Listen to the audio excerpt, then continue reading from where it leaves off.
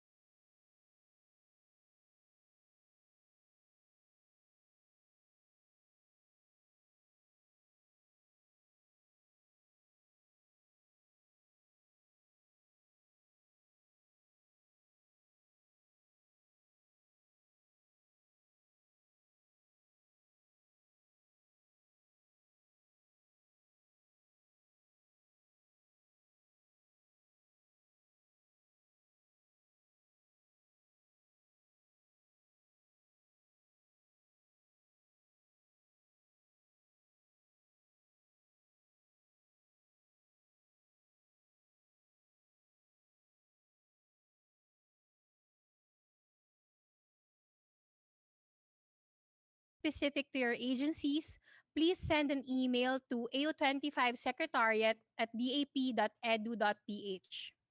Thank you for your cooperation.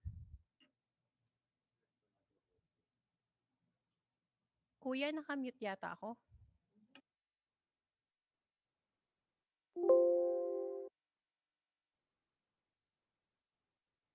Today, the members of the AO25 TWG and oversight agencies from the Office of the President, Department of Budget and Management, Department of Finance, National Economic Development Authority, Career Executive Service Board, Commission on Higher Education, the Civil Service Commission, Local Water Utilities Administration, Governance Commission for GOCCs, Department of the Interior and Local Government, and the Development Academy of the Philippines.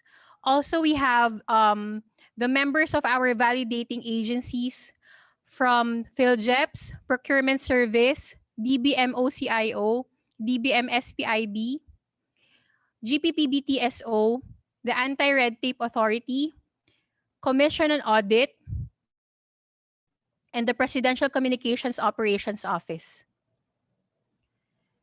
This afternoon, we have prepared this online orientation session for our PBB focal persons to discuss the overview of the new PBB scheme, new PBB criteria and conditions, the PBB scoring scheme, eligibility criteria, timelines, other reminders, and of course, the much-awaited Q&A portion to clarify your queries regarding the 2021 PBB.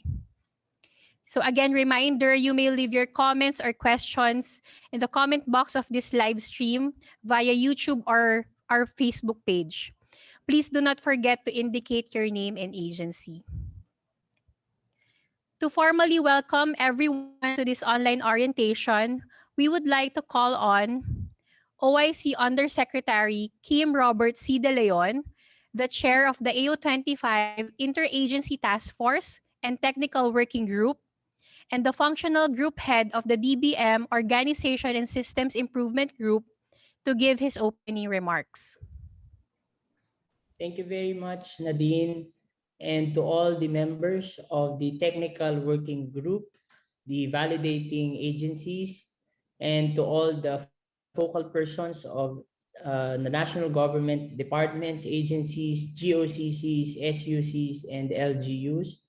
A pleasant afternoon to everyone. We have now reached the 10th cycle of the implementation of the results-based performance management system and the performance-based bonus, or the PBB. It was a challenge to review the current PBB process, and through our initiative to further enhance the same, the AO25 Technical Working Group has considered the findings from the PBB process and impact evaluation, which was conducted by the Philippine Institute of Development Studies, or PIDS, and analyzed the historical compliance of agencies to the requirements of the PBB since fiscal year 2012. Through these, the AO25 Technical Working Group was able to come up with ideas in improving and refining the PBB scheme and implementation by simplifying the guidelines and validation processes, reinforcing the results, focus, and their interlinkages in assessing the overall performance of the agencies. We have also considered the emphasizing requirements from previous cycles and creating a more transparent and explicit scoring system.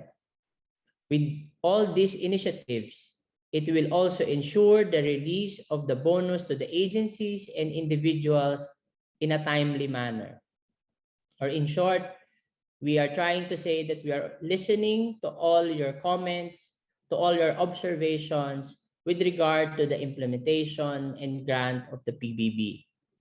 Hence, the fiscal year 2021 PBB will now focus on measuring and evaluating the performance of agencies with emphasis on public satisfaction, on the realization of the agency's performance targets, quality of service delivery, efficiency in the use of resources, and strengthened agency stewardship.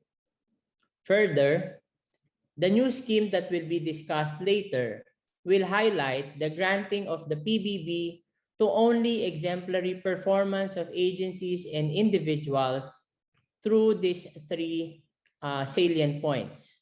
Number one is by raising the bar in the scoring metrics and individual requirements from satisfactory to a very satisfactory rating. Second, tying up the full receipt of the PBB rates to the overall score achieved by the agency. Later on, makikita niyo po that we are trying to do away with the good, better, best scoring system, and that the actual rate will be now dependent on the final score of the agency. And the rates of the PBB will be uniformly applied to all the individuals, employees, and officials in an agency based on its score. We would like to emphasize that we highly appreciate the agency's performance and accomplishments, and that the PBB matters are important. We continue to find ways on how we could improve our processes and achieve our goals of institutionalizing the culture of performance and excellence among government agencies.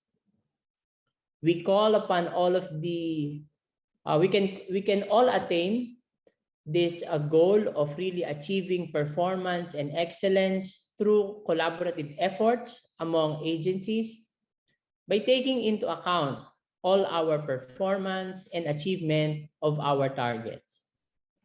With the establishment of this new scheme and this new set of criteria and conditions beginning fiscal year 2021, we shall not forget that the PBB is an incentive scheme for rewarding exemplary performance of agencies. It is not a mere bonus. Kaya nga po meron siyang pangalang performance-based bonus, but a validation of our hard work, our perseverance to deliver high quality and impactful services to the public. The AO25 hopes that with the 2021 PBB cycle, we will continue to improve government services and performance, achieve a higher compliance rate, and recognize agency and individual efforts. And we also hope that through our orientation this afternoon, we'll be able to gather some of your additional insights and inputs relative to the guidelines that we will be presenting so that we can continue to improve our process of evaluating performance and excellence in governance and consider them in the further developments of the PBB guidelines and criteria in the near future. With that, thank you very much. Thank you for attending this orientation, and good afternoon, everyone. Thank you very much, Yusek De Leon, for that warm welcome. So now, the AU25 has prepared a video presentation to show the highlights of the 2021 PBB. Let's all watch the guidelines on the grant of the 2021 PBB instructional video.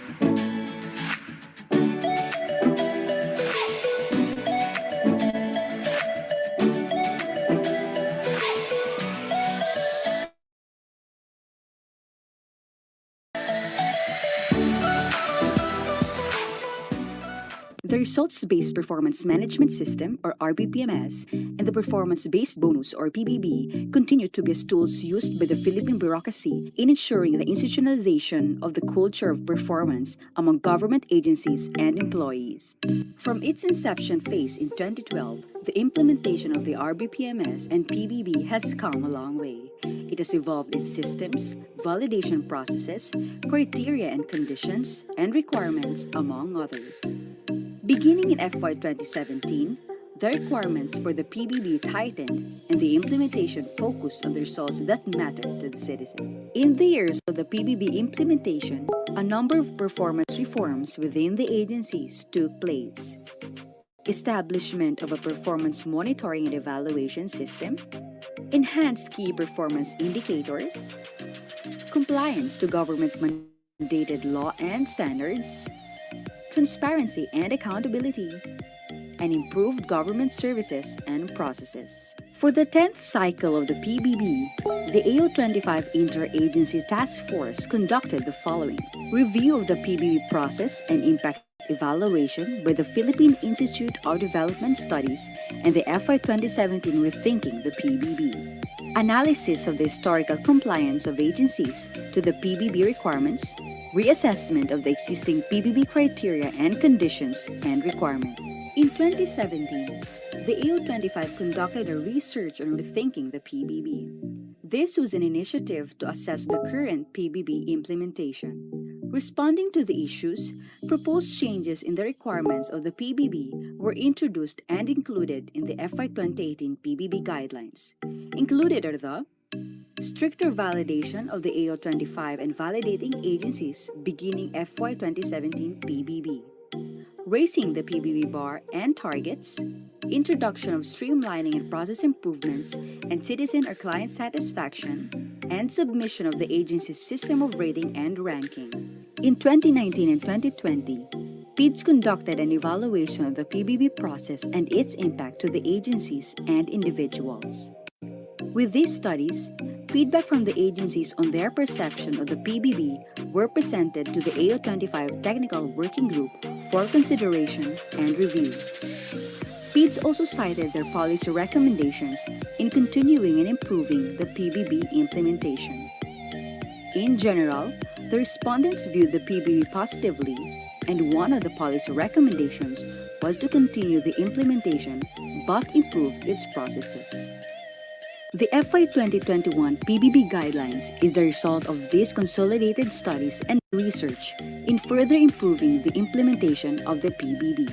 Signed on June 3, 2021, here are the provisions under Memorandum Circular number 2021-1. Objectives of the PBB. The overarching goal of the PBB is to strengthen the effectiveness of the incentive system to help agencies achieve the mission-critical objectives and expected outcomes of the government.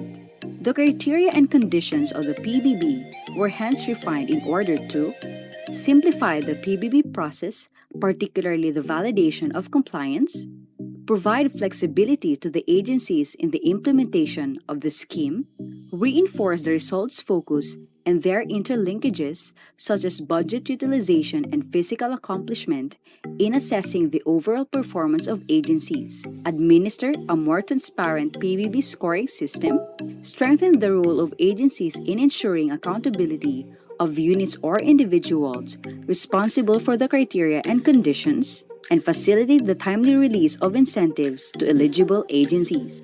Now, let's discuss the major changes in the FY 2021 PBB. For FY 2021 PBB, the previous criteria and conditions were modified and some requirements were de-emphasized. The good governance conditions shall no longer be included in the criteria to assess the overall eligibility of the agency for FY 2021 PBB, as well as the STO, gas, and other cross-cutting requirements. These are now under the agency accountabilities, which will be discussed later. And one major change, the delivery units shall no longer be rated and ranked for the FY 2021 PBB. In relation to the targets in previous PBB cycles, the FY 2021 PBB criteria and conditions shall be categorized according to 4 dimensions of accountability: performance results, process results, financial results, and citizen or client satisfaction results. The agency accountabilities shall strengthen the oversight functions of the agencies in compliance with the existing government-mandated laws and standards within their agencies, raising the PBB bar in the scoring metrics and individual requirements from satisfactory to very satisfactory rating. Tying up the full receipt of the PBB rates to the overall score achieved by the agency, and incentivizing eligible officials and employees, and grant PBB at uniform rates across the agency. The FY 2021 PBB covers all departments, bureaus, offices, and other agencies of the national government, including constitutional commissions, other executive offices, Congress, the judiciary, Office of the Ombudsman, state universities and colleges, government-owned or controlled corporations, local water districts, and local government units. To be eligible for the grant of the FY 2021 PBB, each agency must satisfy the criteria and conditions under the 4 dimensions of accountability: performance results, process results, financial results, and citizen or client satisfaction results, and attain a total score of at least 70 points based on the PBB scoring system. Here are the FY 2021 PBB targets, assessment, and scoring system. The scoring system aims to simplify and make the final eligibility assessment more transparent and enable agencies to undertake self-assessment vis-a-vis the criteria and conditions to ascertain if they could qualify for the grant of the FY 2021 PBB. The agency accomplishments for each of the criteria shall be rated using a scale of 1 to 5, where 5 is the highest. Each criterion has an assigned weight, as shown in Table 1. The maximum score that may be obtained by the agency is 100 points. To be eligible for the FY 2021 PBB, the agency must attain a total score of at least 70 points. As can be gleaned in this table, a performance rating of 4 in all criteria will yield a total score of 80 points for the agency. To be able to attain a total score of at least 70 points, the agency should aim for a performance rating of 4 in at least 3 criteria. In such case, while the agency will be eligible, the unit most responsible for the criteria with a performance rating of below 4 will be isolated for the grant of the FY 2021 PBB. There are many score combinations for this rating scale. As you can see in the table, although an agency is eligible for the grant of the PBB, the unit or units most responsible for a performance rating of below 4 will be isolated. In summary, to know if an agency can qualify for the FY 2021 PBB, the agency must attain at least 70 points and achieve a performance rating of 4 in at least 3 criteria. These criteria and conditions for the FY 2021 PBB of the 4 accountability dimensions are recategorized but are already existing conditions of the PBB. The performance results refer to the accomplishment of the Congress-approved performance targets under the Performance-Informed Budgeting of the FY 2021 General Appropriations Act. This physical target is an existing eligibility criterion for SUCs and is only reinstated in the case of the national government agencies. The process results refer to the achievements in ease of doing business or ease of transaction with the agency as a result of streamlining, standardization, such as through the ISO certified QMS or its equivalent, digitization, and related improvements in the delivery of services. This is an existing criterion for NGAs and the GOCCs covered by the DBM. The financial results refer to the actual spending of the agency's budget allotment vis-a-vis the realization of the committed programs and projects based on the FY 2021 GAA. The disbursements BOR as well is a prevailing common target of all agencies. Another existing criterion for all agencies, the citizen or client satisfaction results, refer to the achievements in satisfying the quality expectations of the transacting public. The targets under performance results will enable agencies to concentrate their efforts and available resources on their mandates and core functions, as well as ensure delivery of high quality and high impact activities. For NGAs, GOCCs covered by the DBM and SUCs achieve each one of the Congress-approved performance targets under the PIB of the FY 2021 GAA. For GOCCs covered by the RA number 10149, LWDs and LGUs achieve the performance targets based on the interim guidelines on the grant of the PBB issued by their respective oversight agencies. The agency shall upload their quarterly BFARs using the DBM Unified Reporting System, or URS, in a timely manner within 30 days after the end of each quarter. The performance results shall be assessed and scored as follows. On the rating scale 1, met less than 80% of performance indicators of the Congress-approved performance targets for FY 2021. Deficiencies due to controllable factors. On the rating scale 2, met less than 80% of performance indicators of the Congress-approved performance targets for FY 2021. Deficiencies due to uncontrollable factors. On the rating scale 3, met at least 80% of performance indicators of the Congress-approved performance targets for FY 2021. Deficiencies due to controllable factors. On the rating scale 4, met at least 80% of performance indicators of the Congress-approved performance targets for FY 2021. Deficiencies due to uncontrollable factors. On the rating scale 5, met each one of the Congress-approved performance targets for FY 2021. All performance indicators.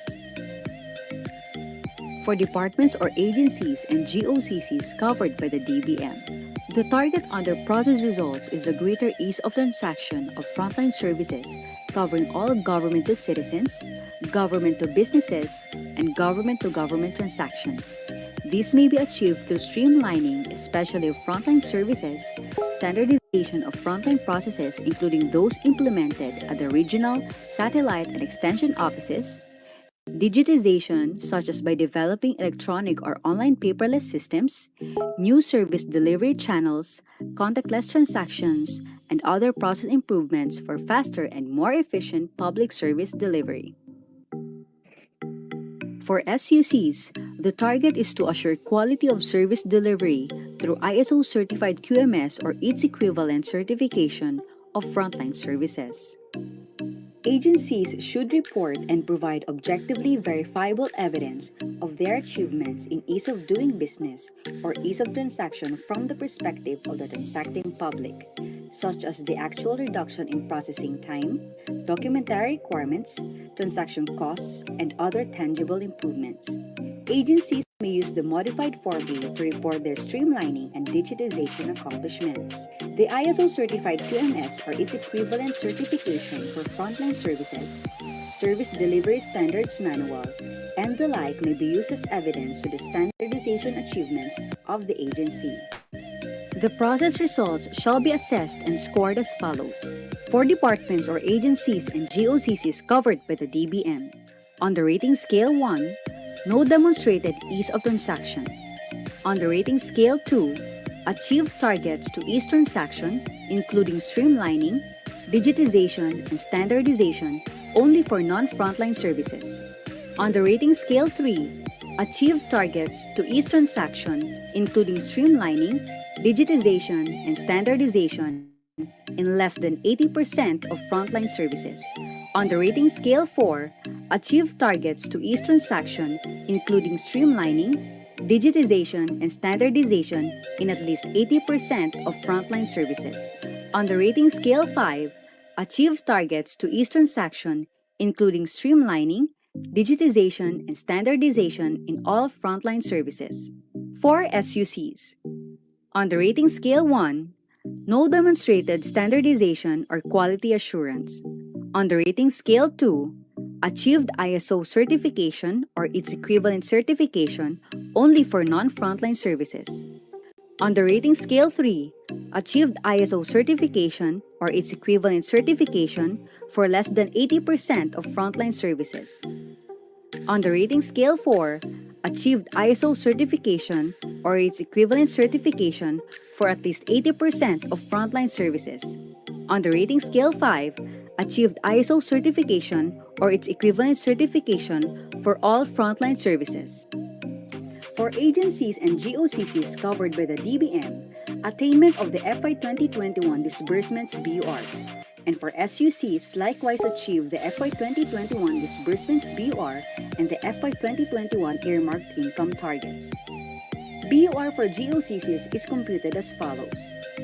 Disbursements BUR is equal to the total actual disbursement over the total actual obligations, both net of the procurement service. Agencies with fund transfers, either for operating or program subsidies or both, shall also achieve and report the same disbursements BUR for NGAs for all the subsidy releases for 2021 from the 3 appropriation sources above. Targets under financial results reflect final payments made from the agency's annual budget allotment to realize their committed programs and projects based on the valid appropriations for FY 2021. Disbursements BUR is equal to the total disbursements, including cash and non-cash, excluding personal services, net of payments made in 2021 for past year's obligations, over the total obligations, excluding personal services from valid appropriations.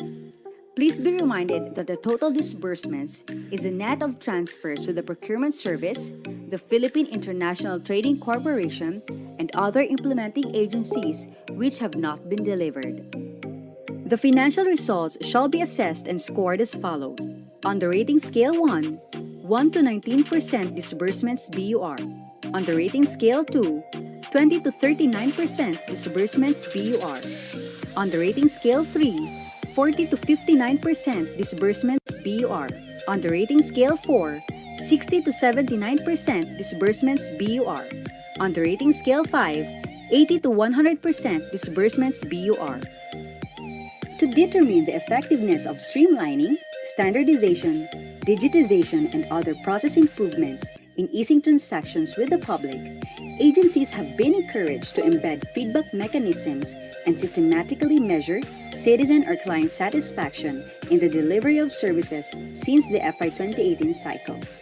Provide evidence on CCSS following Annex 4, Citizen or Client Satisfaction Survey. LWDs and GOCCs covered by RA number 10149 shall report the results of their CCSS or feedback mechanism based on the standard methodology and corresponding questionnaire prescribed by LUA and GCG. The citizen or client satisfaction results shall be assessed and scored as follows. On the rating scale 1, no submission or did not conduct CCSS. On the rating scale 2, low satisfaction rate with unresolved 8888 or CCB complaints. On the rating scale 3, average satisfaction rate with unresolved 8888 or CCB complaints.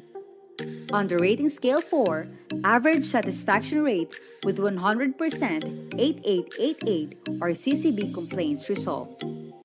On the rating scale 5, high satisfaction rate with 100% 8888 or CCB complaints resolved.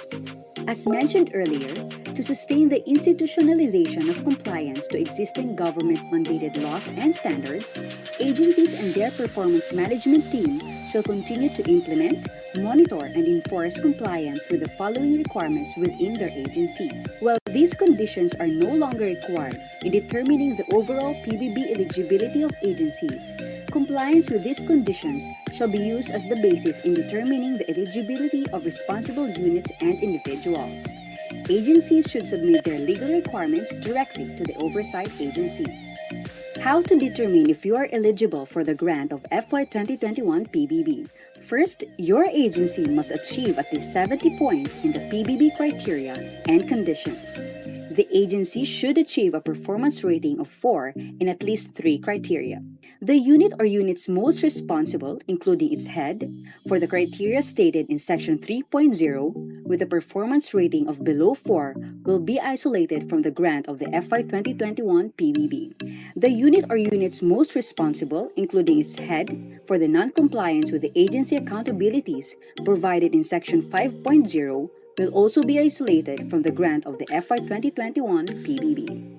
Employees belonging to the first, second, and third levels should receive a rating of at least very satisfactory based on the agency's CSE-approved Strategic Performance Management System or the requirement prescribed by the CESB. Employees who transferred from non-participating government agencies shall be rated where he or she served the longest. Officials and employees who failed to submit the 2020 SALN or those who are responsible for the review and compliance procedure of SALN shall not be entitled to the PBB. Officials and employees who failed to liquidate all cash advances received in FY 2021 within the reglementary period shall not be entitled to the PBB. Officials or employees who rendered less than 9 months but a minimum of 3 months of service and with at least a very satisfactory rating shall be entitled to the PBB on a pro rata basis. Eligible agencies shall be granted FY 2021 PBB at uniform rates across the agency, including its officials and employees. The total score as stated in Section 4.0 shall be the basis in determining the amount of the PBB an agency is eligible for. The maximum rate of the PBB for agencies that will receive 100 points shall be 100% of the 65% monthly basic salary of an individual as of December 31, 2021. Please refer to Section 7.0 of MC number 2021-1 for this matrix. All agencies should submit evidence of accomplishments of performance results, process results, financial results, and citizen or client satisfaction results as provided in Section 4.0 on or before February 28, 2022. Electronic submission, which includes the scanned copy of the official submission and editable Microsoft Word or Excel files for use of the AO25 Secretariat. Ensure that all explanations and justifications for deficiencies are already attached in the agency's submission. Agencies are encouraged to provide information to the AO25 Secretariat on compliance with the agency accountabilities provided in Section 5.0. Head of agencies, with the support of their performance management teams, should enhance the implementation of their internal communication strategy on the PBB and fulfill the following. Engage their respective employees in understanding the PBB. Disseminate the performance targets and accomplishments of their agencies to their employees through the internet and other means, as well as publish these on their respective websites for the public's information. Set up a help desk to respond to queries and comments on the targets and accomplishments of their agencies. Set up a complaints mechanism to respond to the PBB-related issues and concerns raised by officials and employees of their respective agencies. The head of the agency shall designate a senior official who shall serve as the PBB focal person. For questions and clarifications, agencies may visit the AO25 Secretariat website through www.dap.edu.ph/rbpms. PBB-related documents can be downloaded through the rbpms.dap.ph/policies-issuances. Agencies may also choose to email us through the AO25 Secretariat at dap.edu.ph. Feel free to visit the AO25 Secretariat Facebook page for announcements and other information through facebook.com/PBB Secretariat. Thank you.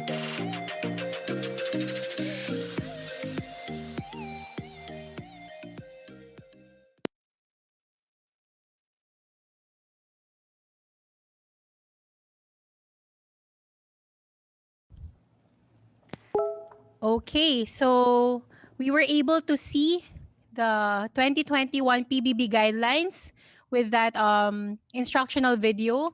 We will make that video available for all our PBB focal persons and agencies so that they can properly cascade the 2021 PBB guidelines in their respective agencies. So right now, kakamustahin ko lang po ang ating audience. Kamusta po kayo? Sana nasa mabuti po kayong kalagayan ngayong hapon, no? Ngayon po, bibigyan ko lang po kayo ng updates. We have 3,518 viewers po sa ating YouTube channel and almost 600 na rin po sa ating Facebook page. So to further discuss po the highlights of the 2021 PBB guidelines, we would like to call on the Program Director of the AO25 Secretariat, Director Maria Rosario Ablan. Miss Ochi. Okay. Magandang hapon po.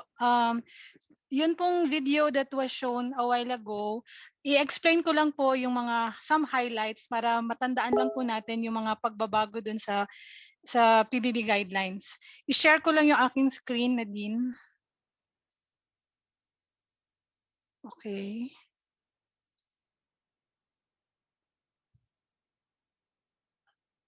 Is that okay, Nadine? Yes, ma'am. Okay. Yes, So, we can see your screen. Okay. I-emphasize lang po namin yung mga criteria and conditions ng PBB na to ay they are only recategorized and are not new.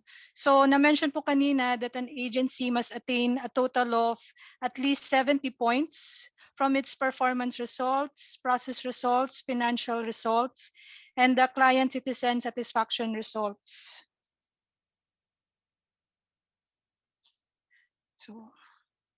So dito muna po tayo sa category which is the performance results.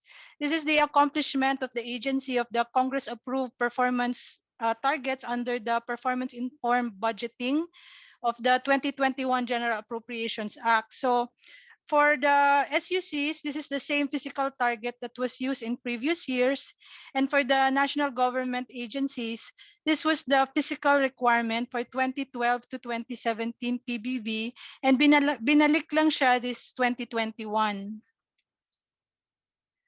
Ang magbabalidate ng requirement na ito is for DBM.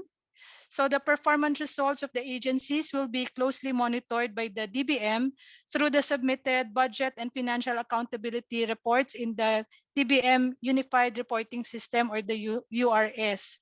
Please note lang po that the agency should submit and upload their quarterly BFARs sa DBM URS, and meron din po itong specific timing ng submission which is within 30 days after the end of each quarter.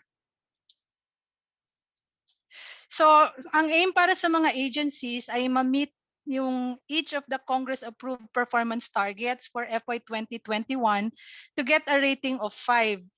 If hindi ma-meet ng mga agencies ang lahat ng Congress-approved performance target, the agency must submit explanations and justifications. The justification submitted by the agency will be assessed and reviewed by the DBM, and depende sa percentage of the performance target na ma-achieve at sa justification na binigay ng agencies, if it is uncontrollable or controllable to the agency, malalaman yung final rating if it is going to be 4, 3, 2, or 1. Sa process results naman, it refers to the achievement of the agencies for the ease of doing business or the ease of transaction due to streamlining, standardization, digitization, and related improvements in the delivery of its services. Again, existing na po itong criteria na to from 2018 to 2020 for NGAs and the GOCCs covered by DBM. Ang target is ma-achieve ng agencies ang ease of transaction or ma-improve nila ang kanilang frontline services for all G2G, G2B, and G2G transactions. For SUCs or SUCs, ang target is ma-assure nila na quality ang service delivery ng mga frontline services through an ISO-certified QMS or an equivalent certification. So marami pong mga nagtatanong or nagsisend ng query sa AO25 Secretariat kung anong specific document ang kailangan i-provide ng agency So the guideline says that the agencies must provide objectively verifiable evidences to show actual reduction in the processing time, the documentary requirements, the transaction cost, and other tangible improvements.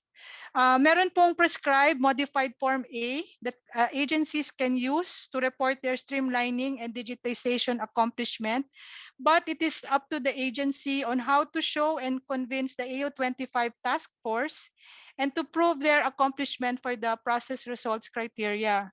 So you may also use the ISO certified QMS or the equivalent certification to prove that the agency's quality standardization achievements.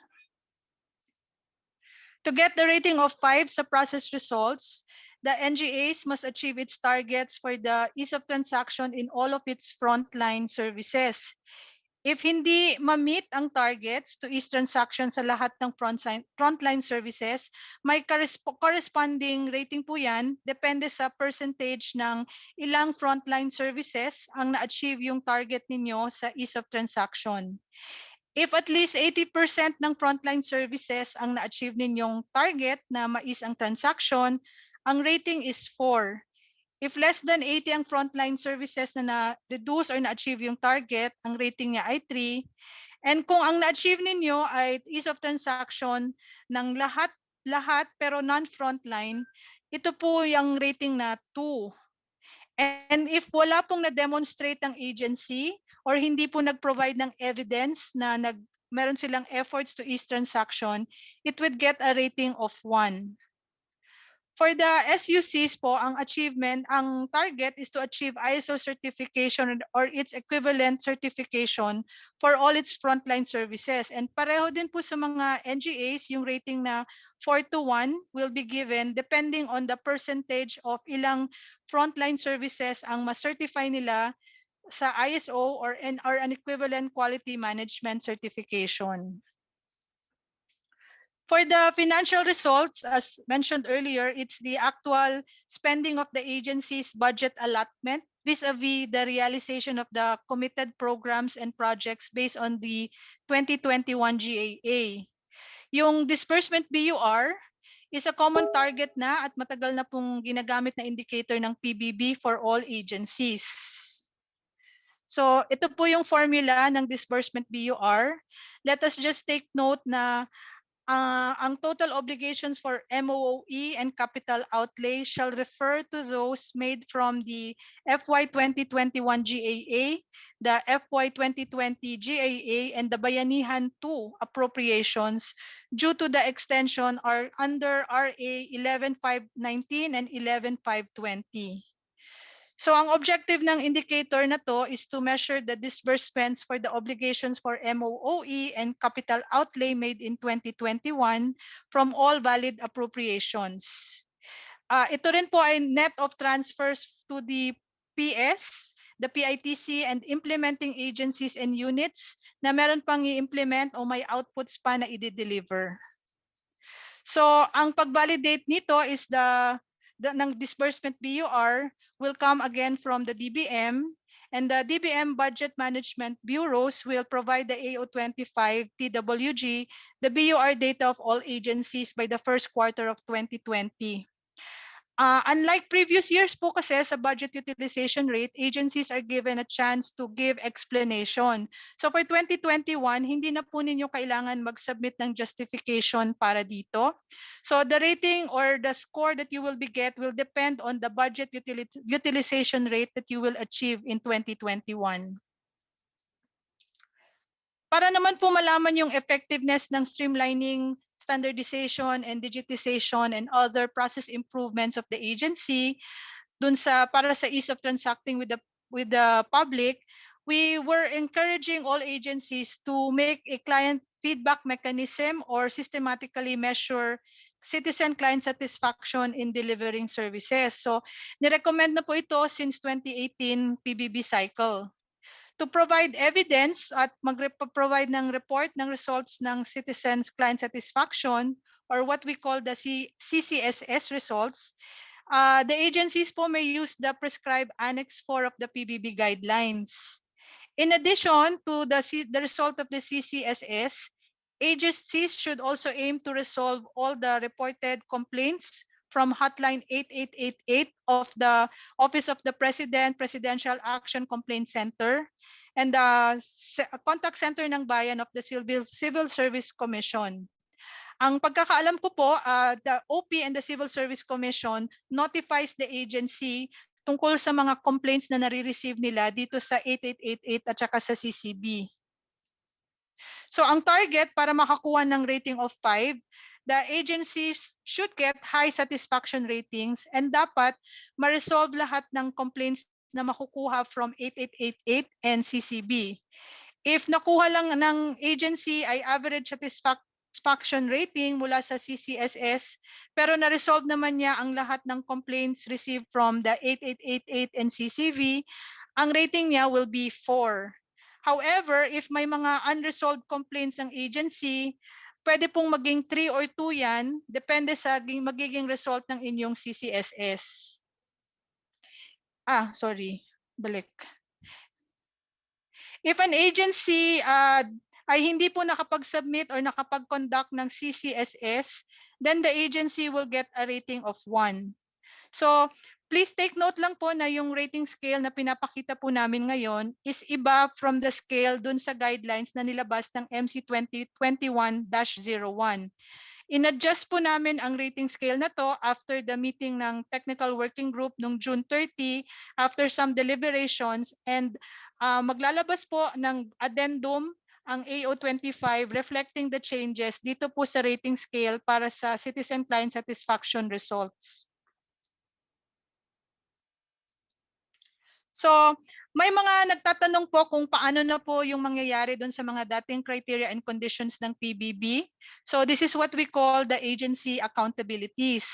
So, tuloy pa rin po itong mga ito to sustain the institutionalization of compliance to the existing government mandates and laws and standards.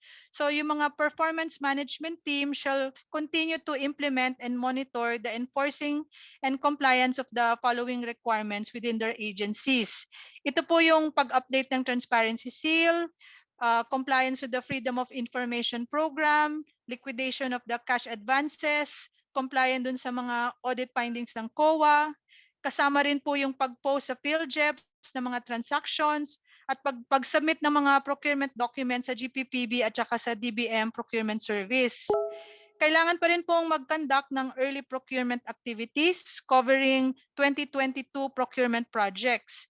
Ang difference lang po ito dito ngayon sa 2021, this will no longer be a condition para ma-determine kung eligibility yung agencies.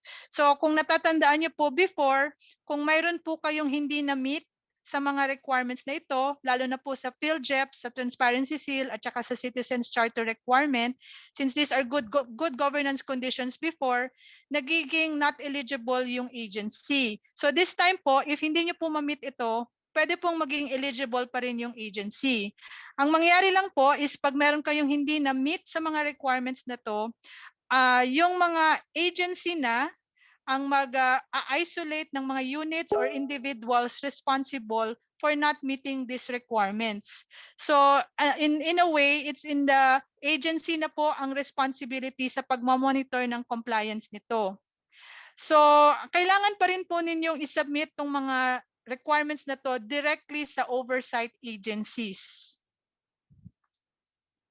So the AO25 TWG tried to simplify the PBB scoring system and to make the final eligibility assessment more transparent. So the agencies will be able to self-assess themselves vis-a-vis the criteria and conditions para malaman nila kung magka-qualify sila for the grant of the 2021 PBB. However, yung AO25 task force pa rin po ang magde-determine ng final eligibility ng agencies. So as discussed earlier, so yung rating nga po is using a scale of 1 to 5. Ang maximum score that the agency may obtain is 100 points. Para maging eligible, dapat po at least 70 points ang makukuha ng isang agency. So kung makipapansin niyo po, kung ang isang agency ay nakakuha ng 4 sa lahat ng criteria, so ang kanyang rating po ay, ang kanyang score ay 80 points. So pasado po yon. Pero kung para po makakuha siya ng 70 points, the agency dapat po makakuha ng rating ng 4 sa at least 3 criteria at makakuha ng hindi bababa ng rating ng 2 sa isang criteria. So ito po yung example ng table. Dito po namin nilagay yung mga possible combinations ng performance rating na makukuha ng agency to get at least 70 points or higher. So in case lang po ng isang agency na magiging eligible pero may rating nga siya na below 4, isolation po dun sa criteria na hindi po ma-meet. So tingnan po natin tong example na to.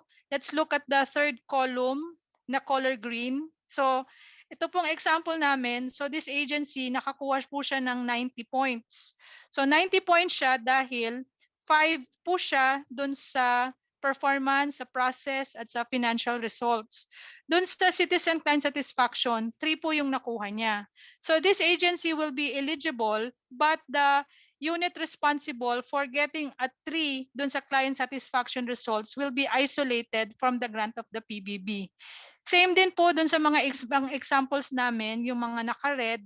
So yun po yung mga examples ng agencies na pumasa, pero meron po silang hindi na meet or meron po silang mga criteria na below 4.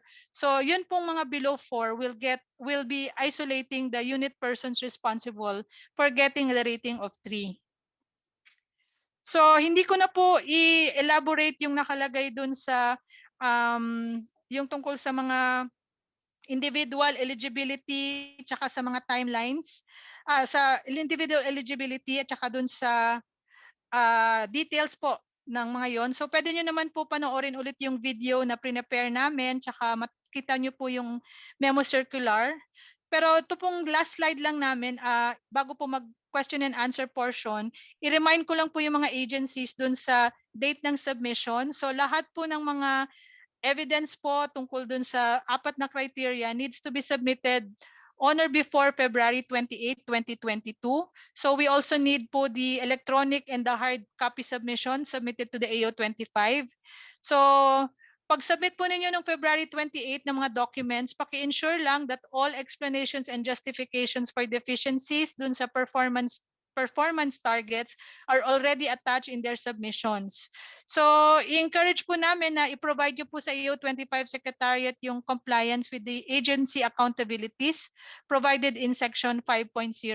So, that's all for now. So, I bring you back now to our host, to Nadine.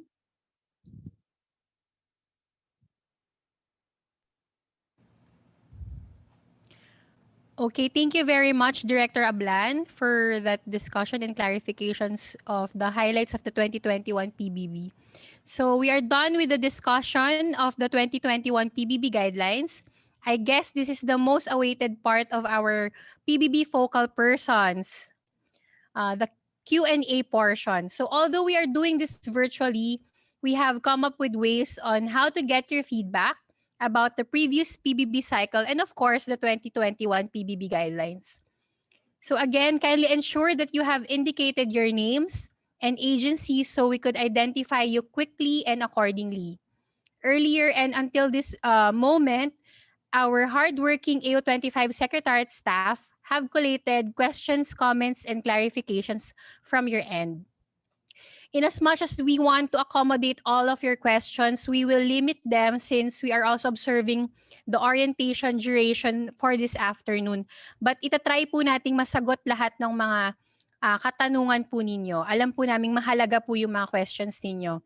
Again, we would also like to remind everyone that questions or clarifications specific to your agencies must be sent to our email, ao25secretariat@dap.edu.ph. Thank you. And now let's proceed to our first question. Okay, before I start reading the questions po, we would like to acknowledge po the presence of our TWG members and validating members. Nandito po sila live kasama po natin para tulungan po tayong sagutin yung mga katanungan po ninyo. Okay, so our first question from DepEd Quezon. Kung i-isolate po ang isang unit, ibig sabihin po ba na lahat ng tao sa unit ang isolated o yung head lang po? Okay, so a question on the isolation of the unit.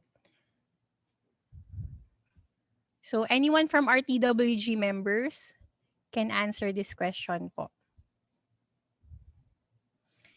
Okay. So Babasahin ko Nadine, po. let Yes, me ma'am. respond to that. I think yung determination ng pag-isolate depende kung ano yung deficiency. So, mahirap yata kung head ng unit lang yung ina-isolate. So, but I think in the past, doon sa ating guidelines, parang clear lalo na sa mga agency accountabilities kung sino talaga yung delivery units or units responsible for those conditions. So I think they can use that as a guide. No? Pagdating naman doon sa mga physical accomplishments, I think klaro doon kung sino yung mga responsible delivery units. So makikita din kung sino yung parang sino yung unit or yung mga individuals within the unit na dapat i-isolate. Okay, ma'am. Thank you po for that answer.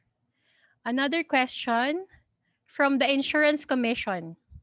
So in the rating scale of process results, what other documentary proof could be considered as an equivalent to an ISO certification? So yung process results po natin, yung ease of transaction and yung standardization, streamlining, and digitization. So ang tanong po dito ay, ano daw po yung other documentary proof that could be considered as an equivalent to an ISO certification?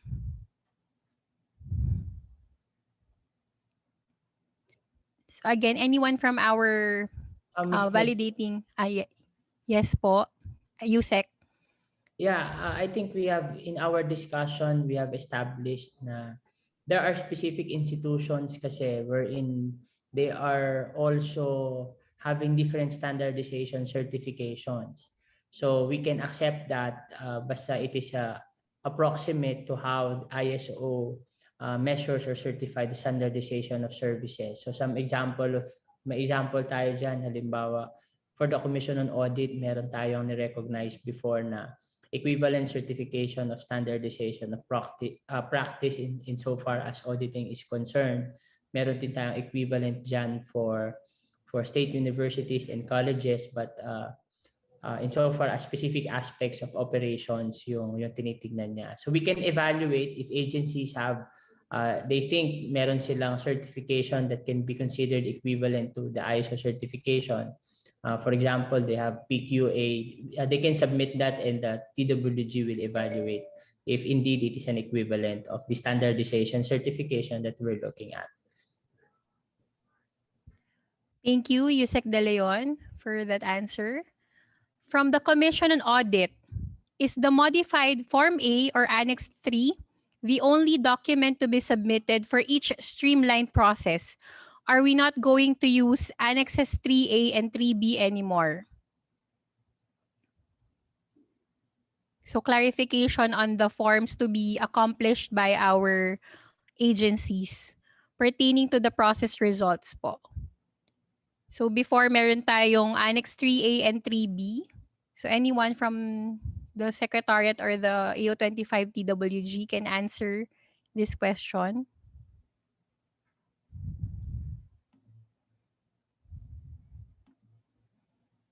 Meron po. Nadine, ako na lang sasagot. Yes, ma'am. Sige po. Okay. I think in this case, in this cycle, kasi we are looking at the results from the point of view of the agency.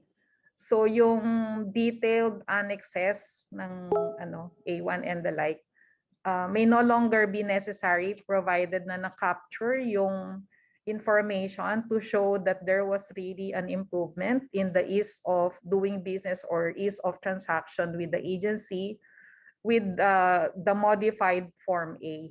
No? Of course, in addition to the modified Form A, pwedeng mag-provide ng other siguro information para makita. What we want to present talaga during the evaluation is that ano yung ano yung improvement, no, na nangyari because nag-introduce tayo ng standardized process or because nag-digitalize tayo ng processes, nag-streamline tayo and the like. Mas ganun po yung importanteng ipakita ng mga agencies. Okay, ma'am. Thank you po. So as SVP Mendoza said, mas important po ngayon makita natin yung improvements talaga na nangyari sa processes and services ng agencies. Next question. So from the Environmental Management Bureau, wouldn't the CCSS results criterion of the 2021 PBB guidelines be unfair to those agencies with more regional offices, since they have a greater chance of receiving complaints than those agencies with less or no regional offices? So question po ito sa ating citizen client satisfaction results targets. Meron tayo, primarily siguro more on the 888, hotline 8888 and contact center ng bayan complaints. Kung unfair daw po ba ito with an agency with more regional offices. Yan, since they have a greater chance of receiving complaints than those with less or no or without regional offices. Nadine, So, if I may yes take po, Yusek. question. For one, nasabi ni Ma'am Ochi kanina that we have indeed recalibrated yung metric for that specific measure in recognition that medyo malayo or maybe it would be unfair for most agencies to expect na wala talagang complaint at all, especially that hindi naman natin control yung nature, yung mga complainants who may lodge their complaints sa either contact center ng bayan or 8888. Siguro to respond to the question, ito namang two validating agencies have their existing mechanisms to identify and classify all these complaints, meaning not all texts naman are considered complaint or not all emails and calls are considered complaint. And meron namang filtering mechanism that we can institutionalize with the support of our validating agencies to ensure that only valid complaints are counted in the determination of eligibility for the performance-based bonus. Okay, thank you, Yusek De Leon, for clarifying that. Okay. Next question from the Securities and Exchange Commission. Okay. In the performance results criterion, it was stated that NGAs must achieve each one of the Congress-approved performance targets under the PIB of the 2021 GAA, which shall be closely monitored through the use of the DBM-URS or the generated BFARS. How will our agency be validated if the targets of our agency are not enrolled in the DBM-URS, since our targets are only approved by the SEC Commission en banc and sent to DBM only for information as per the DBM and SEC circular? So I guess this is a specific question for their agency po. Not very sure if merong similar case with other agencies. So maybe someone po from the DBM can answer this. Yes, Nadine. So we recognize that the SEC is now outside the GAA because they are now authorized to use their income for their expenses. So for benchmarking purposes, we will still refer to the targets approved and adopted by SEC through their en banc resolution, which is submitted to the DBM. Okay, thank you po, Yusek, for answering. Sa ating pong mga nanonood no, sa YouTube and Facebook, you can still send your comments or your questions po sa comment box at babasahin po natin. We will try to read all of your questions at masagot po nating hapon. This is your chance na po to clarify at may live po na sasagot po sa inyong mga katanungan. Okay, let's proceed to the next question from Philippine Science High School. In the 2021 PBB scoring system, it was mentioned that in the case of a delivery unit, from an agency will have a score of less than 4. The unit will be isolated. Why would the unit most responsible still be isolated even if they get a total score of at least 70 points? So 70 points na siyang naka-receive. Ang total score niya ay 70. Bakit pa daw po ma-isolate ang isang unit na nakakuha ng less than 4 sa criteria? So anyone po from our TWG members can answer this question.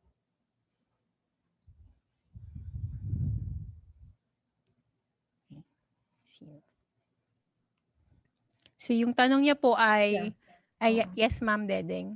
Nadine, akala ko sasagutin ni Yusek Kim eh. Pero I will just reiterate what Yusek Kim mentioned earlier. No, for the 2021 cycle of the PBB, what we are recognizing now is really excellence in performance. So while the agency will be eligible, pag nakakuha na siya ng at least 70 points, no, for all the dimensions of accountability, those who contributed a deficiency, no, will have to be isolated from the grant of the PBB. Kasi na-consider as eligible yung agency, pero since 3, for example, lang yung score in a dimension, so the delivery units or unit responsible for a score less than 4 will now be isolated from the grant of the performance-based bonus. Okay, ma'am. Thank you po for answering. So reminder lang din po ulit, no? We will try to answer all of your questions or your feedback, your comments. Just in case na hindi po natin mabasa yung mga tanong ninyo ng mga agencies, we will answer na lang. We will reply through email. We will reach out to you and magre-release po tayo ng FAQs pertaining to the 2021 PBB Guidelines. So I have here a question from the Department of Finance. Is there a standard or minimum requirement set for an agency to establish feedback or customer satisfaction mechanism? Any form of feedback will any form of feedback mechanism do or will be accepted? So para po ito sa citizen client satisfaction result. Kung meron po ba tayong pine-prescribe na feedback mechanism? Okay.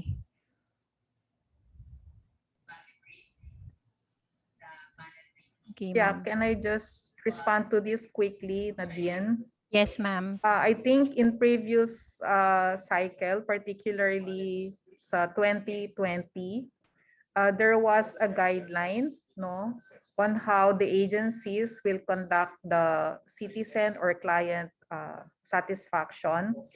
Although hindi siya parang mandated, it is encouraged that the agencies more or less adopt the guidelines or something similar to that in conducting their citizen or client satisfaction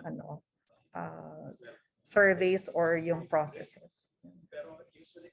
Ma'am, so yung sinasabi po niyo, ma'am, yung sa Annex 4 po. Sa Yes. GOCCs, merong set guidelines din na ginagamit, and this was issued by the GCG.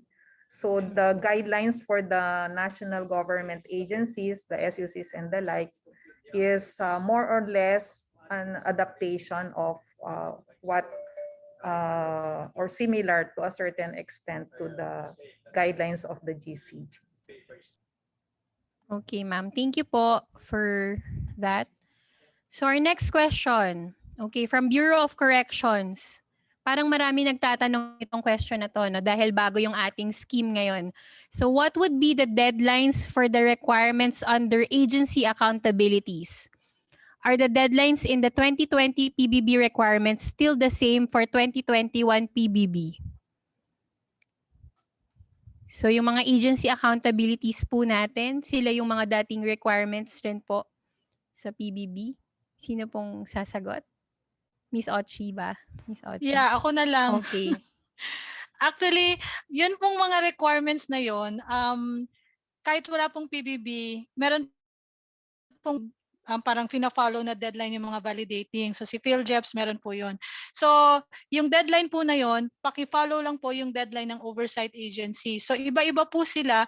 Anyway, to help you siguro, we will be posting like a summary of all this agency accountability and the deadline of these validating agencies. Okay, ma'am. So, yun po, yung para sa mga agency accountability requirements natin, you can coordinate or itignan po natin yung timeline and deadlines po ng specific requirements po under agency accountabilities directly from the validating agencies or oversight agencies. So, our next question po from Commission on Audit, how do we access the hotline 8888 and contact center ng bayan? Are there required forms in reporting and or summarizing the 8888 and CCB complaints received in 2021, whether their status is resolved or pending? Hi, Nadine. Good afternoon. Yes, good afternoon po, Yes, Director.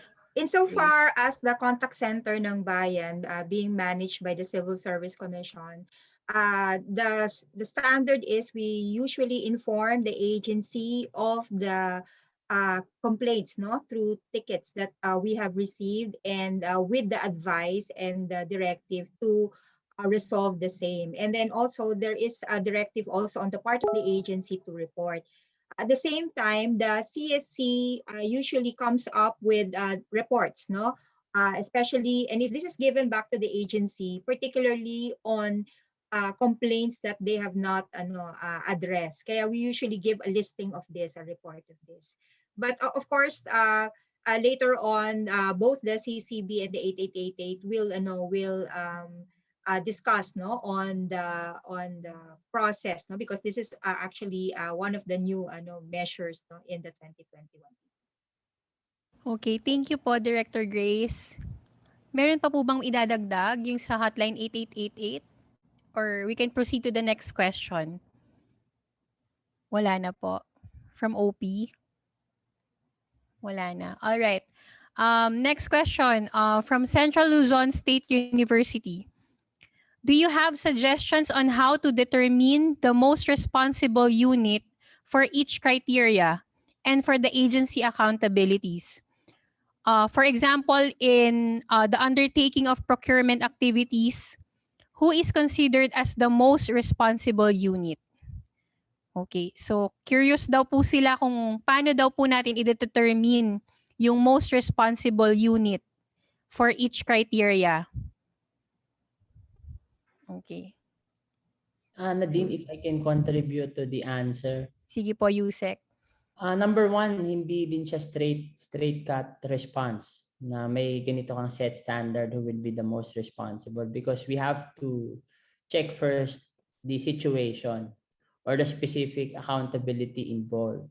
And kung halimbawa procurement, it will not be a straight cut determination that it's only the bids and awards committee, because there might be specific contributory factors leading to that ineligibility. So we'll have to deal with it on a case-to-case basis. Okay, thank you, Yusek. Meron pa pong mag-a-add doon sa sinabi ni Yusek De Leon? Or okay na po tayo sa answer? Wala na. Okay. So, next question po from Philippine Carabao Center.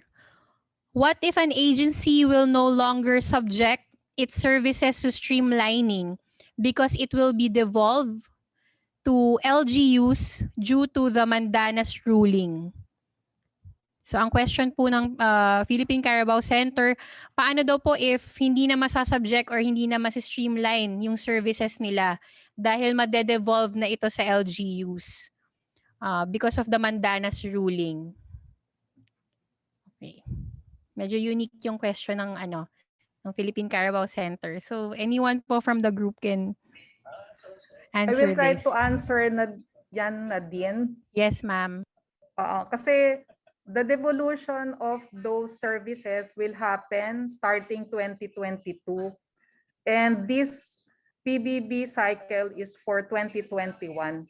And therefore, kailangan pa din nating makita na merong streamlining yung mga services na yun. Kasi even if the agency will eventually transfer the service, so yung streamlined process ng particular service na yon will also be reflected in the service delivery standards that will be, I would say, provided by the agency to the local government units. Okay, thank you, ma'am, for clarifying that. So, kailangan pa rin daw po dahil by 2022 pa naman yung devolution of the services. Okay, next question po from National Telecommunications Commission. Is ISO certified QMS or its equivalent certification of frontline services not included amongst the target under process results for departments, attached agencies, and GOCCs covered by the DBM? So, kina-clarify po nila kung hindi na po requirement yung ISO certification or equivalent certification under process results. Yung ating ease of transaction. Okay. So anyone po from the group na sasagot ng question ng NTC? Ms. Nadine, if I can take on this. Okay po, Yusek. I understand it's still part. It's still one of the indicators that we expect from the agencies from this specific criterion. It's such that medyo anong tawag natin, gin-graduate natin ng konti yung requiring o dini-emphasize natin yung requirement na ito, but still it is still measured under the specific result indicator. Yes po, Yusek. Thank you po. So yung mga agencies po, they can submit po yung kanilang evidence of ease of transaction as mentioned po sa 2021 guidelines. So an ISO certification or QMS equivalent certification naman po is pwede na lang isubmit yun sa under process results targets. So next po nating question, pwede pa rin po kayo mag-send ng inyong questions and comments or feedback sa ating YouTube channel and Facebook page. So from the Department of Social Welfare and Development, DSWD, will there be any consideration given the deadlines since the guidelines only came out last June 2021? Would the AO25 TWG and validating agencies still accept late submissions for PBB accomplishment reports and agency accountabilities? So about deadlines and timelines po ang question ng DSWD. Miss Ochi, Miss Dedeng, can I answer this question? Number one, to answer the question, ang deadline pa natin is February 2022, if I'm not mistaken. So baka naman sobrang premature at this point na manghingi na kaagad tayo ng extension at hindi pa naman natin, wala pa tayo sa February 2022. And the cycle that we are measuring, ano pa to hanggang December pa naman. So at least now that we know, and in fact, mas simplified na nga po yung process.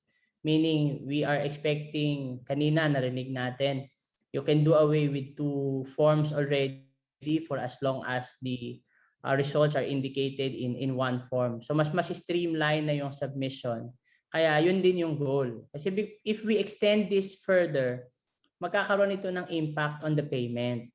And ayaw naman natin pong mangyari na yung 2021 PBB natin ay mababayaran natin by end of 2022 pa. So kaya po talagang isang bold step yung ginawa natin sa AO25 Technical Working Group to streamline the process so that we can ensure that we can pay the PBB on time. na hindi yung 20 katulad nung nangyayari ngayon na meron pa tayong 2018 PBB dahil nga walang specific limit on time on how many reconsiderations yung kaya nating i-accept. Hanggang ngayon meron pa tayong ini-evaluate na 2018 PBB and it's 2021 already. So that's 3 years after the specific period. So I hope we can all endeavor to respond to that deadline, yung February deadline natin. Because anyway, lahat din naman po tayo patuloy nagtatrabaho despite the pandemic that we are in. Ang consideration lang naman natin dito is that we really tried our best to streamline yung requirements. Kaya iniuso din natin earlier yung deadline so that we can pay the 2021 PBB earlier. Okay, thank you, Yusek De Leon. Okay, so moving on to our next question. All right, para ulit ito sa CCSS result, Citizen Client Satisfaction, from Bureau of Treasury. Regardless of the nature, should we include all messages of our agency through the 8888 NCCB as part of the report? So parang i-include ba nila lahat ng messages na nare-receive nila from the agency or complaints sa 8888 NCCB as part of the report? So ang understanding ko po no kanina, the CC hotline 8888 NCCB will issue po no yung metrics rin po, tama po, yung guidelines rin kung ano yung mga i-consider natin dito sa complaints. Yes po, Director Grace. Yes, Nadine. So that as mentioned a while ago by Yusek Kim, there will be a filtering mechanism, no? Because I'm sure na even with the experience with CCB, we receive different concerns and issues. So ang tanong ba lahat ba ng mga concerns na yun? But we would be issuing guidelines with the tandem with the OP on what should be considered as part of this metric. Okay, thank you, ma'am. So our next question po from PCOO, Presidential Communications Operations Office. Are agencies allowed to devise their own internal guidelines and success indicators parallel to the 2021 PBB guidelines? If yes, would the AO25 consider additional scoring system provided in the internal guidelines, such as timeliness of submission of reports in the evaluation and assessment of overall performance rating of the agency? So they're asking if magkakaroon ba ng additional scoring or points siguro ito, no?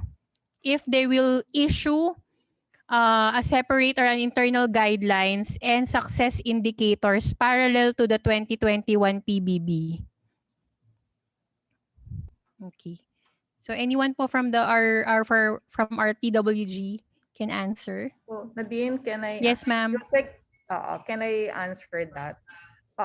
Ever since that we had the performance-based incentive system, yun pong heads ng agencies are encouraged to, or the agencies themselves through the performance management teams are encouraged to come up with the internal guidelines on the performance-based incentives of the agency, consistent with the guidelines issued by the interagency task force. Now, yung parang query kung pwede bang magdagdag ng additional criteria or conditions yung agency, no? I-apply niya sa loob ng agency. Actually, pwede po 'yon kasi nasa head ng agency naman po yung flexibility, and kung gustong magdagdag ng additional conditions internally, pwede po 'yun sa agency. So, ang mangyari po sa level ng evaluation ng interagency task force sa AO25, ang titingnan po niya yung criteria and conditions based on the guidelines for fiscal year 2021. However, kung meron pong internal guidelines yung agency, pag-evaluate po nila kung sino yung eligible, if ever eligible na yung agency, doon nila pwedeng gamitin yung sarili nilang or additional criteria and conditions within the agency to determine the eligibility of individuals or units within the agency. So ang gagawin lang po nung AO25 Interagency Task Force is to determine whether the agency will be eligible for the grant, and based dun sa score niya, to siguro more or less have an idea sino yung mga delivery units or offices that may be isolated due to their deficiencies. Afterwards, to ma-determine yung eligibility of the agency itself, through its performance management team, will do its own parang internal deliberation on the eligibility of their respective delivery units or individuals. Salamat po, ma'am, sa pagsagot. Ms. Nadine, if I can add on to Yes that. po, Yusek. Sure po. Tama si Ma'am Dedeng, the AO25 TWG will assess the agency eligibility, and ultimately, ang agency head and the agency PMT will be the one who will determine kung sino yung final na masasama dun sa Form 1A, meaning ito na yung actual list of beneficiaries. Because remember, yung pag-isolate ng individuals because of individual and agency accountabilities will now be will now be devolved to the agencies. So talagang makakasama yon, possible na makasama yon sa kanilang internal mechanisms and guidelines on how they will determine when and how you can be isolated as an individual because of non-compliance dun sa yung individual and agency accountabilities. Thank you. Thank you po, Yusek. Okay, so from DNR. Okay, about ano ulit to? About the citizen client satisfaction result. What percentage is low? O siguro, paano i-define yung low? Or i-determine ang low and average satisfaction rate? Doon sa CCSS rating scale, meron tayong low, average, and high satisfaction rate. Okay. Sino pa ang sasagot dito sa ating katanungan from DNR? So, paano daw po i-determine yung low, average, and satisfaction rate doon sa rating scale ng citizen client satisfaction results? Okay po, meron pong sasagot dito from the group, TWG members.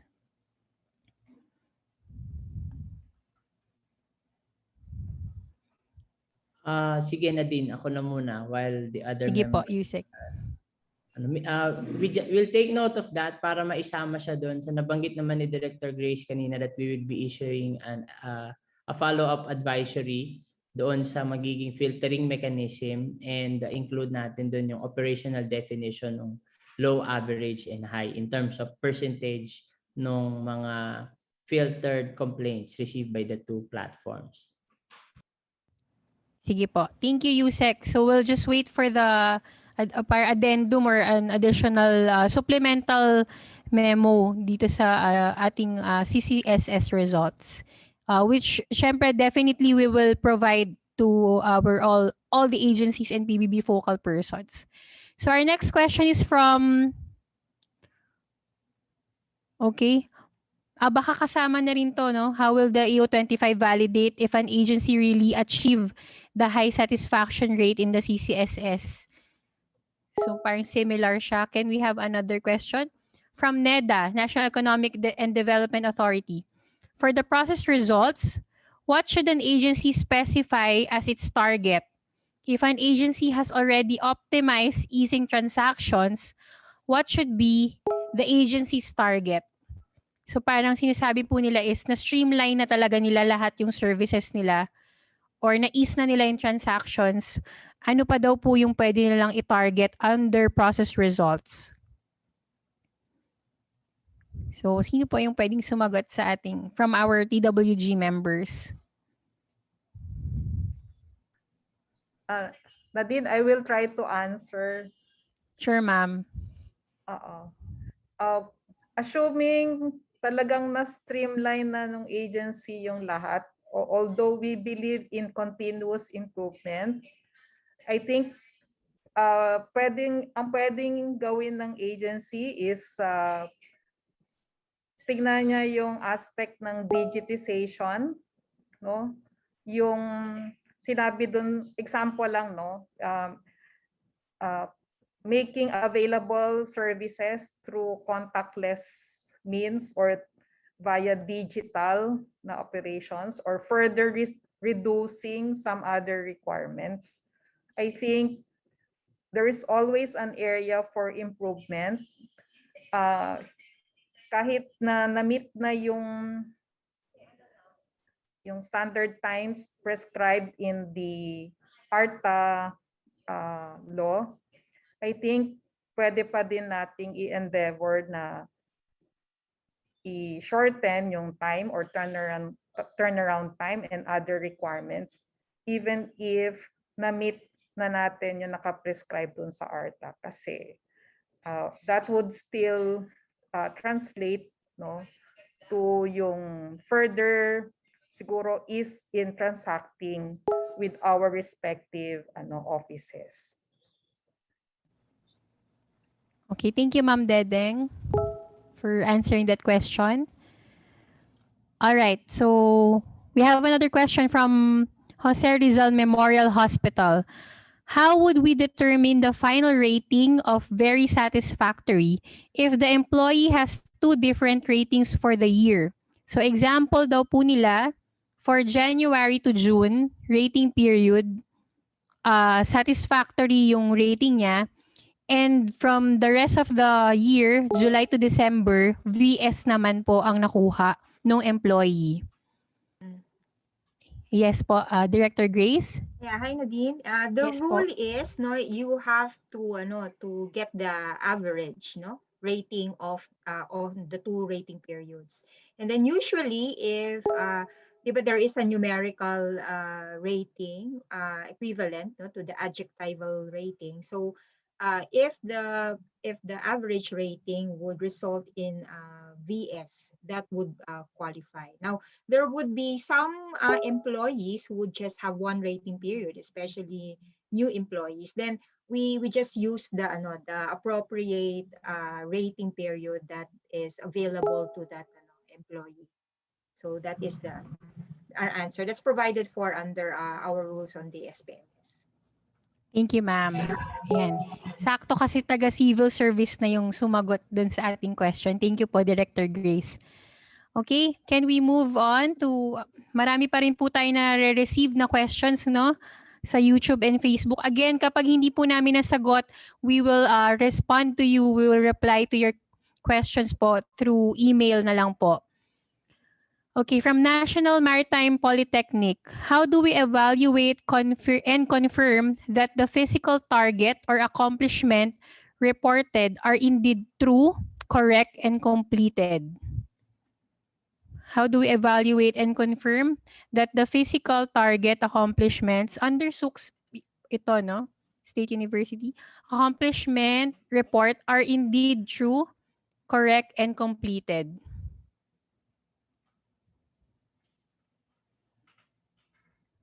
Okay, so physical targets. Paano daw po na-validate or na-evaluate at na-confirm na indeed totoo po yung mga sinubmit and kompleto? Sinubmit ni agency.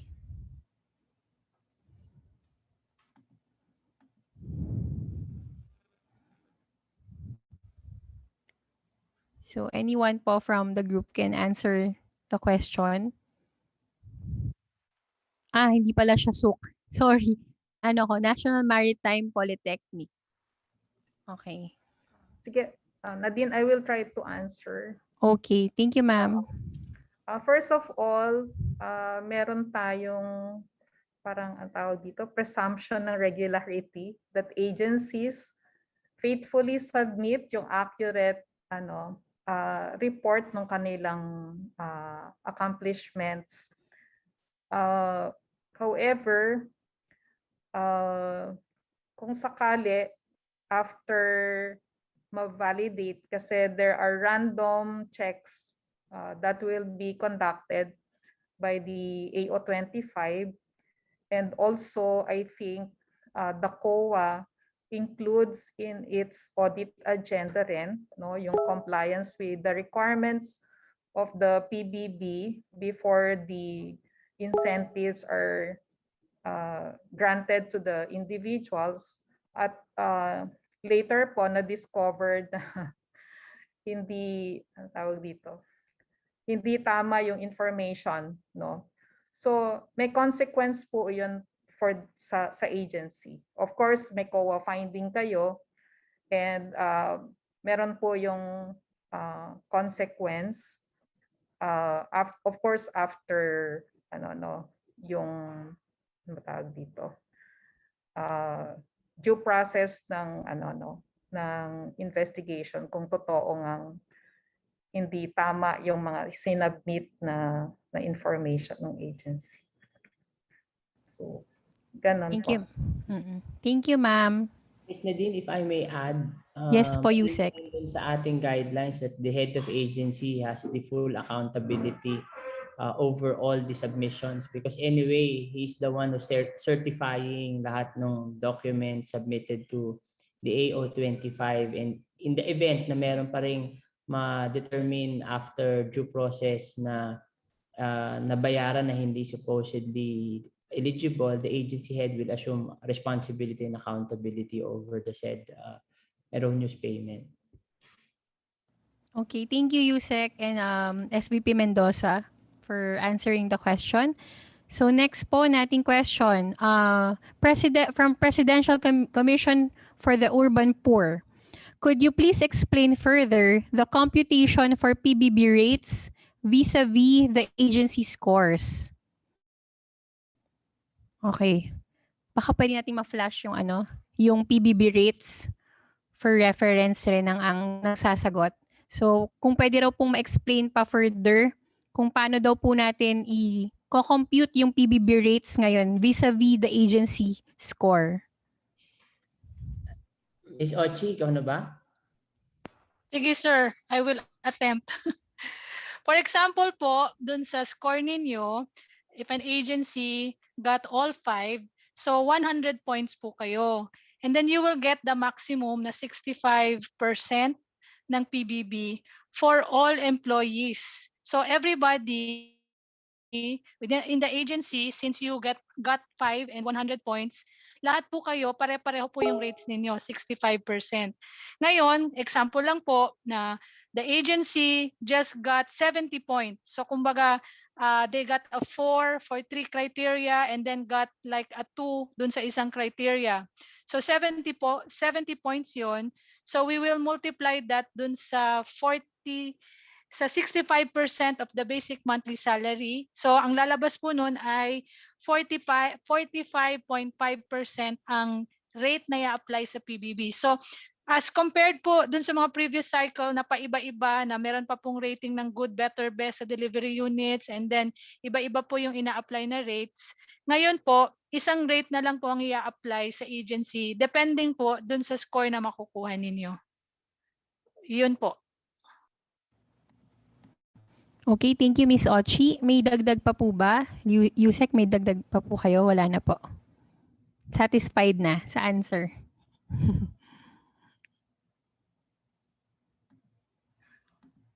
Okay na. All right, sige. So next question. In the financial results criterion on disbursements BUR, the GAA was stated as source of funds. How would our agency be validated if we are not covered by the GAA since we utilize our retained funds? Retained. So ito po ay question ulit from the Securities and Exchange Commission. Nadine, I'll take that question. As I've mentioned kanina, outside Sige po. GAA na ang SEC, and their utilization of funds is now only subject to the determination of the commission and bank. So ang kanilang magiging basis, of course, yung ultimate authority nila authorizing disbursement will be the actual corporate operating budget or its equivalent for the year 2021 as approved by the commission and bank and submitted to the DBM. Okay. So, Yusek, meron pa bang similar case na ganito sa ibang agencies or specific lang po to, sir, sa SEC? I can't say at this point eh. Yung iba kasi the mix. For example, SUCs, meron tayong GAA funded tapos meron silang retained income. Meron din ganun na case na hospitals. Pero ito kasing SEC talagang wala na silang GAA funding at purely retained income. Yeah, we have inputs. Insurance Commission is similarly situated with SEC. Okay. Thank you po for that information. Okay, so next question po. Ito, sure na ako suk talaga ito. No? Occidental Mindoro State College. On performance results, may we know if there is a new or revised CMO? I'm not very sure what CMO stands for. Aside from CMO series of 2014 for evaluating the CHED and RDC priority courses, considering that we have a new course offerings this 2020 to 2021. Okay, CMO is CHED Memorandum Order. Thank you po for that. So, meron po ba tayong representative from CHED? So, paano daw po dun sa performance results? May we know if there is a new or revised CMO for evaluating the CHED and RDC priority courses, considering that we have a new course offerings ngayong 2020 and 2021. Nadine? Yes po, Sir Rian, good afternoon. Yeah, good afternoon po. Good afternoon po sa ating lahat. With respect to the priority programs, we follow the existing set priorities at the time of target setting. So the priority programs at the time of target setting, I think I just have to check with the number. We'll get back with the OMSC with that. I don't have the specific number of the CMO, but yun po yung policy that at the time of target setting, kung ano yung priority set by the CHED, yun po yung masusunod. Thank you. Okay, thank you po for clarifying that, Sir Rian. So, we still have more questions. May time pa po tayo. Okay, again, from Isabela State University. Baka hindi naaalis si Sir Rian dun sa... Okay, in the submission of evidence, pieces of evidence, especially on performance results, will the SOC still follow the templates provided by CHED as used in the previous cycles or new ones will be used? Yeah, we will follow, Nadine, as may I know? Yes po, We'll yes follow po, sir. the previous templates because there are no changes in the indicators. Yes, okay. Yes. So, ganun pa rin po yung forms na gagamitin po ng ating state universities and colleges. Yung forms provided po by CHED. Similar pa rin po from the previous cycles. Thank you, Sir Rayen. Okay. Next question. Okay, from PRC, Professional Regulation. Okay, will there be a consideration on the disbursements BUR in light of the imposition of various community quarantine wherein spending has decreased or decelerated for lack of good and service providers? Okay. So, a question po on the disbursements BUR. Okay. Will there be a consideration on the disbursements BUR in light of the imposition of various community quarantine wherein spending has decreased or decelerated for lack of good and service providers? So, anyone po from our TWG members can answer this question? Nadine, if I may, I understand in our previous assessments naman of BUR, we have this controllable and uncontrollable factors. So we will evaluate that based on the circumstance that will be presented by the agency once we have computed yung kanilang disbursement BUR.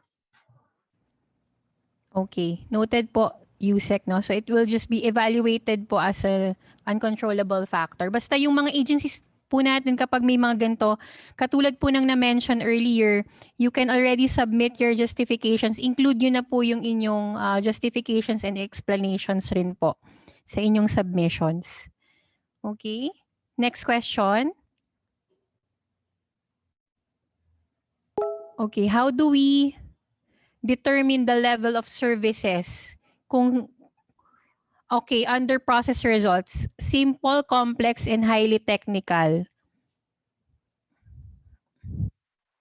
Services of ano to, process results to, no? Sa ease of transaction, kino-consider pa rin pa daw po ba natin yung mga simple, complex, and highly technical services?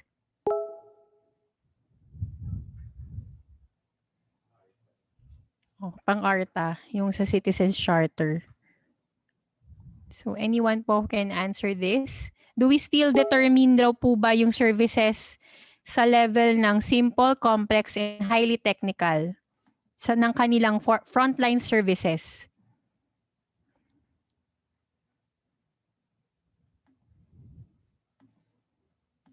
So anyone po from the group can answer this? Sino ba? Si Ma'am Dedeng. I will Yes, ma'am. Okay, sige. I think for this cycle, basically, ang titingnan natin, yung ease of transaction ng frontline services. And this could be yung simple to technical. But I think the essential item here is that nakapag-demonstrate ka ng ease in transaction. Whether simple or very technical yung service, dapat may demonstrated enhancement or improvement in the manner by which that transaction is being conducted, no, with the clients of the agencies. Okay, thank you, ma'am. All right, so next question po from UEP Katarman, Northern Samar.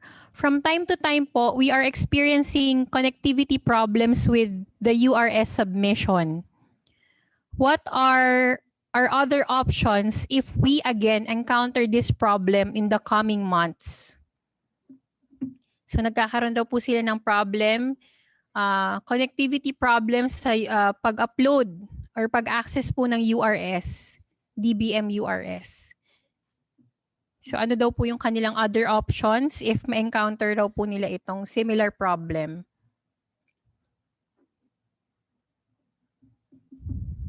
Okay po. From DBM po, sino pa ang pwedeng sumagot?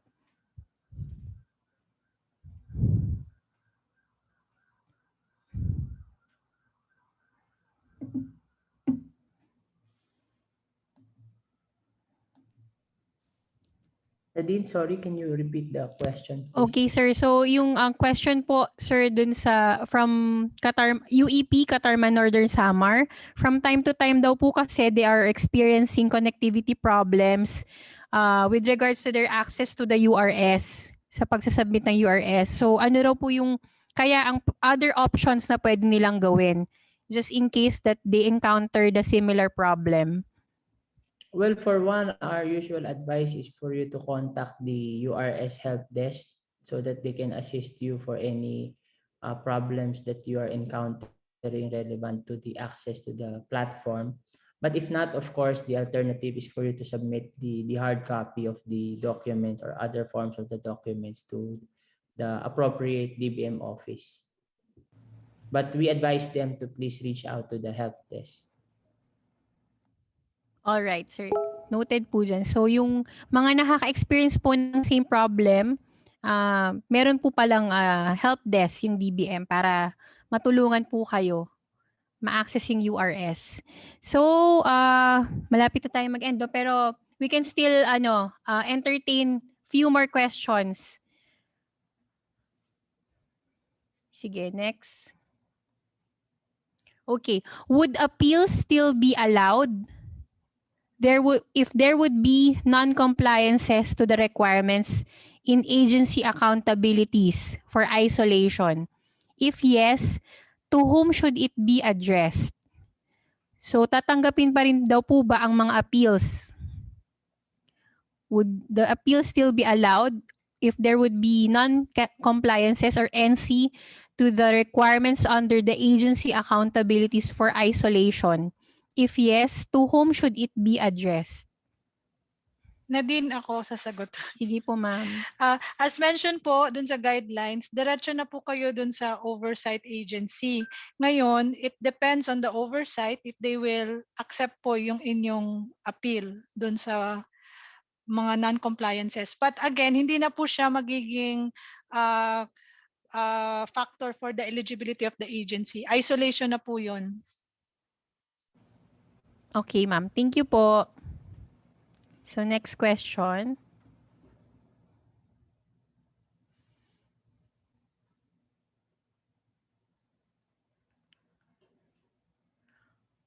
Okay, curious question lang po siguro ito, no? Bakit daw po wala ng separate submission deadlines for small and big agencies ng accomplishment reports? Kasi we only have one deadline now, no? February 28, 2022.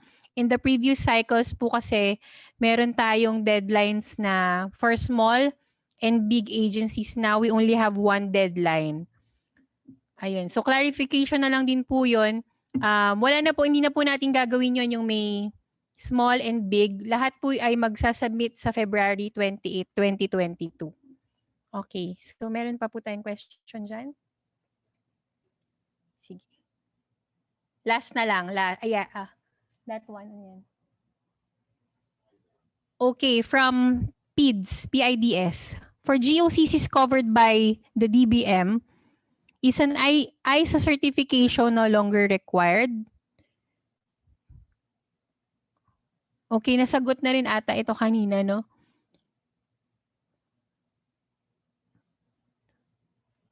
Alright. So wala na po tayong questions ngayon. Parang similar questions na rin siya. So again po, no? Again, for specific questions to your agencies po, you can send them directly to AO25 Secretariat at dap.edu.ph. We would also like to thank po yung ating TWG members and validating agencies for answering or for helping us answer the questions po ng ating mga PBB focal persons. All right, so maybe we can get a closing statement, ma'am, to formally end our orientation today. Ma'am Dedeng. May we call on SVP, Senior Vice President Magdalena L. Mendoza. Actually, Nadine, ikaw close na lang natin. Ikaw close na. Close.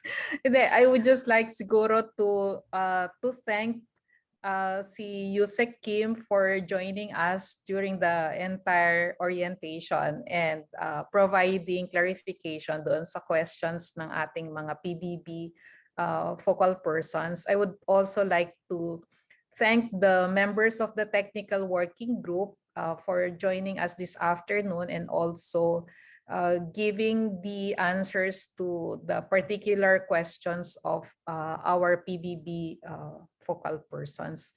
I think what I would just like to siguro highlight is that nabago natin yung ating criteria and conditions for 2021. Although hindi sila bagong-bago kasi restructure lang natin para mas madali ang evaluation, as mentioned earlier, to make the scoring system explicit and transparent, and also to allow the agencies to monitor and do the assessment ahead of time kung sa tingin nila magiging eligible yung agency for the grant of the performance-based bonus. Again, we also want to emphasize na yung isang principle natin to give the flexibility to the heads of agencies on how to implement the performance-based incentive system in the agency is highlighted in our 2021 cycle. And at the same time, yung responsibility din sa agency and also sa head of agency and all the offices within the agency as far as complying with the different oversight requirements,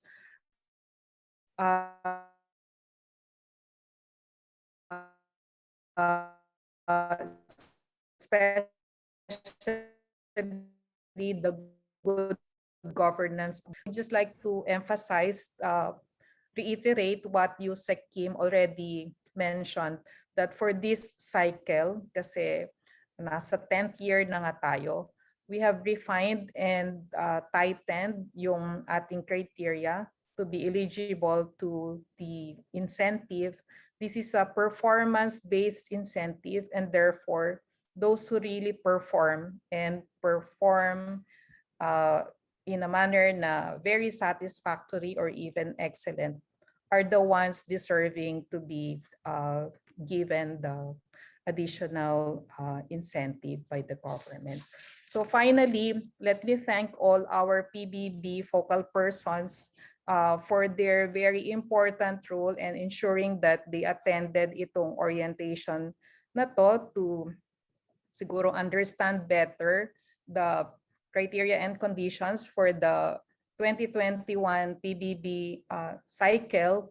And we hope that you will cascade the guidelines and ensure that everyone in your agency will have, I would say, a better understanding or common understanding of the requirements to be eligible to the incentives. Please do not hesitate to get in touch with the AO25 Secretariat and also to maximize the use of the different IEC materials available in the AO25 website, no, to disseminate information about the PBB. Thank you very much po, and good afternoon to everyone. Okay. Thank you, Ma'am Dedeng, for closing or formally closing our online orientation. So, I would just like to request po our TWG members, validating agency members, para po maramdaman po talaga ng mga nanonood sa atin ngayon, no, paki-turn on po yung ating cameras para makita nila na naka-gallery view tayo ngayon sa YouTube and sa Facebook. Makikita po nila tayo. At mag-wave lang tayo sa kanila. Okay. Nakikita na ba? Yeah, you can remove me sa spotlight para makita lahat. Ayan. Okay, ang ganda. So mag-wave po tayo, no? Nakikita tayong lahat. Hello po. Sa live tayo po, Luzon, Visayas, Mindanao. Ayan. Maraming salamat po sa inyong lahat. So continue lang po yung pag-reach out nyo sa AO25. We will continue to respond to all of your queries and your questions po. So just send us an email. Kahit pandemic po tayo ngayon, kahit ganting situation natin, we will try to respond to you as soon as possible. So thank you very much for watching us today. Masisave po yan sa YouTube and sa Facebook. So you can just go back and panoorin nyo lang po yung video na to and ikalat nyo po yan sa inyong ahensya sa lahat ng mga employees nyo para matutunan rin po nila yung 2021 PBB Guidelines. So, thank you and stay safe and healthy. Magandang hapon at maraming salamat po sa inyo. Okay. Thank you. Thank you.